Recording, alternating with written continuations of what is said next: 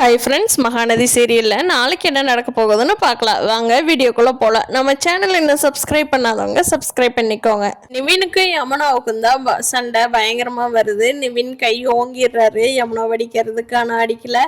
யமுனா கிட்ட சொல்கிறாரு, நீ இனிமேலாவது இப்படி பண்ணாத, நீ விஜய் மாட்டி விட்டு உனக்கு என்ன கிடைக்க போகுது யமுனா, தயவு செஞ்சு இனிமேல் காவேரி விஷயத்தில் தலையிடாத அப்படிங்கிறாரு.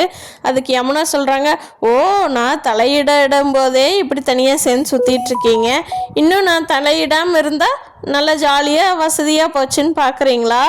அந்த விஜய் காரணம் சொல்லிக்கிட்டு ரெண்டு பேரும் மீட் பண்ணுறதுக்கு நல்ல வசதியாக போச்சு அப்படித்தானே அப்படிங்கிறாங்க. இவனுக்கு காவேரி ப்ரெக்னெண்ட்டாக இருக்கிறான்னு சொல்கிறான்னு வாய் வருது, ஆனால் அவர் சொல்லலை, சைலண்ட் ஆயிடுறாரு. இதை சொன்னால் போய் உடனே அவங்க வீட்டில் சொல்லிடுவா, காவேரிக்கு பிரச்சனையாயிருன்னு சொல்லிட்டு அவர் எதுவும் சொல்லலை. இப்போ தான் ராகினி நிவின் கிட்ட கொஞ்சம் கொஞ்சமாக உண்மையை சொல்ல ஆரம்பிச்சிருக்காங்க. எப்படியோ நிவின் இன்னொரு தடவை ஃபோன் பண்ணுறப்பவே பசுபதி எங்கே இருக்காருன்னு கண்டுபிடிச்சிருவாரு.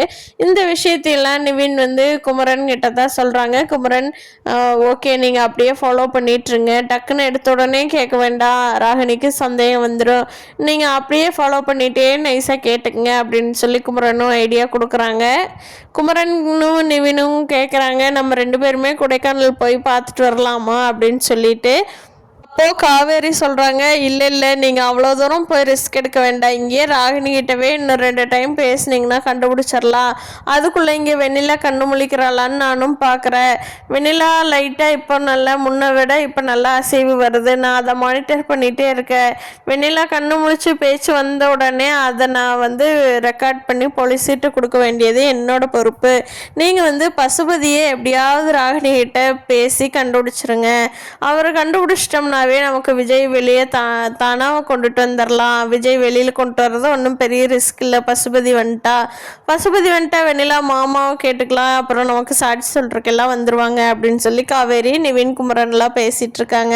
பார்க்கலாம் ஃப்ரெண்ட்ஸ், காவேரி ப்ரெக்னெண்ட்டாக இருக்கிறது எப்போ தான் காவேரிக்கு பிரச்சனை தீர்ந்து வீட்டில் சொல்லுவாங்கங்கிறது. இந்த வீடியோ பிடிச்சிருந்தா லைக் பண்ணிக்கோங்க, நீங்கள் என்ன நினைக்கிறீங்கன்னு கீழே கமெண்ட் பண்ணுங்க. தேங்க்யூ.